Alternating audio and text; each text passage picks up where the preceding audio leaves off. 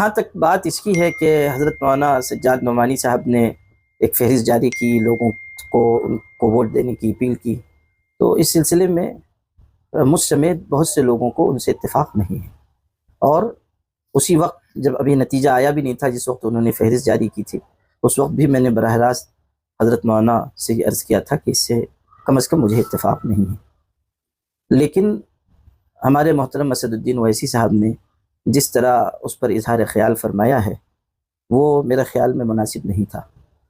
ظاہر ہے کہ ہم لوگ کسی سے اختلاف رائے کا اظہار ایک مہذب دائرے میں کر سکتے ہیں، لیکن میں یہ کلیئر کر دوں کہ انہوں نے لفافے والی جو بات کہی ہے وہ مولانا سجاد صاحب کے بارے میں نہیں کہی ہے، اس کا پس منظر دوسرا ہے۔ وہ اورنگ آباد کے علماء کرام، بعض علماء کرام کے پس منظر میں وہ بات کہی گئی ہے، لیکن وہ بات بھی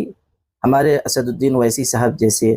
معقول اور سلجھے ہوئے شخص کی زبان سے اچھی نہیں لگی۔ علماء کرام کو براہ راست اس طرح مخاطب کرنا میں نہیں سمجھتا ہوں کہ اس کی کوئی تائید کر سکتا ہے۔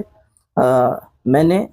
جس وقت مولانا محمود مدنی صاحب دامت برکاتہ نے اویسی صاحب کے بارے میں کچھ باتیں کہی تھی، اس وقت بھی میں نے بیان دیا تھا اور یہ کہا تھا کہ اس طرح کی باتیں اس لب و لہجے میں نہیں آنی چاہیے، لیکن اویسی صاحب نے بھی جو کہا ہے ہم اس بات کو پھر دہرا رہے ہیں کہ اگر کوئی اختلاف ہے بھی تو ہم اس کا اظہار سلیقے کے ساتھ کر سکتے ہیں۔ اس طرح کہ آپ بالکل ذاتیات پر آ جائیں، میرے خیال میں یہ بات مناسب نہیں ہے۔ گرچہ بے سلیقہ ہو بات، گرچہ بے سلیقہ ہو کلیم، بات کہنے کا سلیقہ چاہیے۔ اور ہمارے اویسی صاحب سمجھ بوجھ کر بولتے ہیں، ناپ تول کر بولتے ہیں۔ میں نہیں جانتا کہ اس دن کس طرح وہ جذبات کے رو میں بہہ گئے، مگر کئی باتوں کو خلط ملط کر دیا جا رہا ہے اس میں، اور لوگوں کو چونکہ پورا پس منظر نہیں معلوم ہے، اس لیے بہت ساری باتیں چل رہی ہیں۔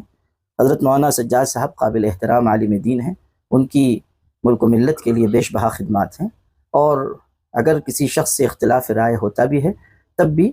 ہم لوگوں کو ایک سطح تک جانا چاہیے، اس کے بعد رک جانا چاہیے۔